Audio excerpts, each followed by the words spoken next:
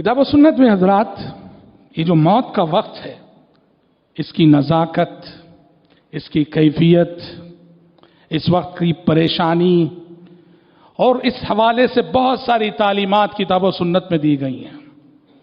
और फिर जुमला ये कि जो मौत का वक्त होता है ये बड़ी परेशानी का वक्त होता है, और परेशानी ऐसी कि जिसको अल्फाज में बयान नहीं किया जा सकता। बड़ी बेचैनी का वक्त होता है, बड़े इज़्तिराब का वक्त होता है, बेकली का वक्त होता है, बेइत्मीनानी का वक्त होता है, कर्बो अलम का वक्त होता है। ऐसा कर्ब, ऐसा अलम, ऐसा दर्द कि जिसको हम अल्फाज में नहीं बयान कर सकते।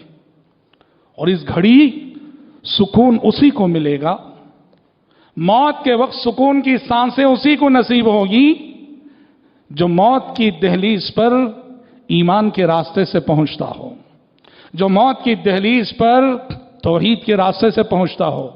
सुकून उसी को मिलेगा जो मौत की दहलीज पर अल्लाह और उसके रसूल सल्लल्लाहु अलैहि वसल्लम की सच्ची इताअत के रास्ते से पहुंचेगा।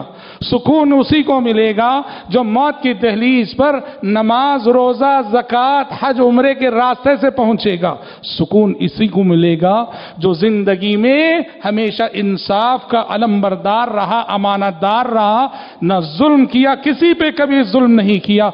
जो शख्स इस किरदार को लेके मौत की दहलीज पे पहुंचता है, सुकून बस उसी को मिलेगा।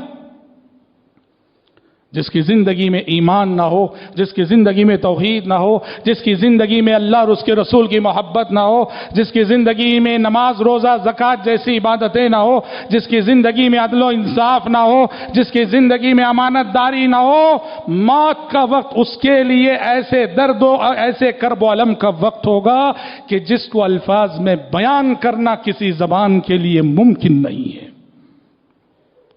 और याद रखो, हम सब चाहते हैं कि चैन से जिए, हम सब चाहते हैं कि चैन से जिए। सच है, याद रहे, चैन से जीना भी जरूरी है, लेकिन चैन से जीने से बढ़कर चैन से मरना अहम है। चैन से जीने से बढ़कर चैन से मरना अहम है। सुकून से जीने से बढ़कर सुकून से मरना अहम है। इत्मीनान से जीने से बढ़कर इत्मीनान से मरना अहम है। और ये सादत रब्बुल इज्जत सिर्फ मोमिन को नसीब करता है। चू मर्ग आयत तबस्सुम बर लबे उस्त, मौत का फितरी खौफ तो मोमिन के दिल में भी होता है, ऐसा नहीं कि नहीं होता, लेकिन मौत के वक्त एक ऐसा इत्मीनान अल्लाह मोमिन पे तारी करता है, एक ऐसा चैन, एक ऐसा सुकून, एक बातिनी राहत कि चू मर्ग आयत तबस्सुम बर लबे उस्त, कि बसा औकात ये इत्मीनान, ये चैन, ये सुकून उसकी चेहरे की मुस्कुराहट की शक्ल में देखने को मिलता है।